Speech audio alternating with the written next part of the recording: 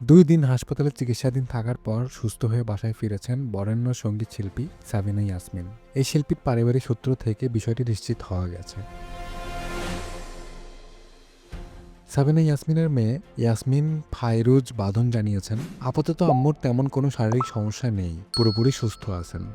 আপনি দেখছেন live news, যেখানে আপনি পাচ্ছেন সর্বশেষ ও গুরুত্বপূর্ণ খবর সরাসরি।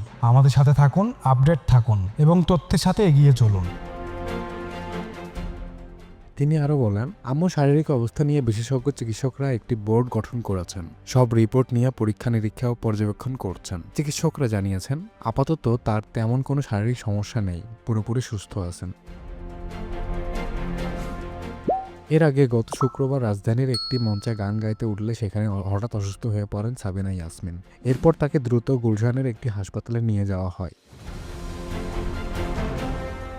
প্রাথমিক চিকিৎসা শেষে রাতে তাকে বাসায় নেওয়া হলে এরপর ভোরে তার শারীরিক অবস্থা অবনতি হল। আবার তাকে ধানমন্ডি একটি বেসরকারি হাসপাতালে নেওয়া হয়, সেখানে আইসিইউতে রাখা হয়। এরপর তাকে এইচডিইউতে স্থানান্তর করা হয়। সঙ্গীতপ্রেমীদের জন্য এটি বড় একটি দুশ্চিন্তার খবর ছিল। মঞ্চে পারফর্ম করার সময় হঠাৎ অসুস্থ হয়ে পড়েন কিংবদন্তি সঙ্গীত শিল্পী সাবিনা ইয়াসমিন।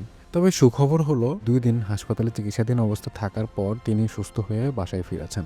আপনারা সাবিনা ইয়াসমিনের গানের ভক্ত হয়ে থাকলে কমেন্টে লাভ ইমোজি দিন। তার দ্রুত সুস্থতা কামনা করে সবাই কি বলতে চান নিচে কমেন্ট করে জানিয়ে দিন। আপনারা ব্যবহার করতে পারেন #সাবিনা ইয়াসমিন।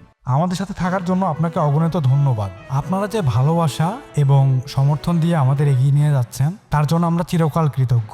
লাইভ নিউজে এক্সক্লুসিভ নিউজ পেতে চোখ রাখুন।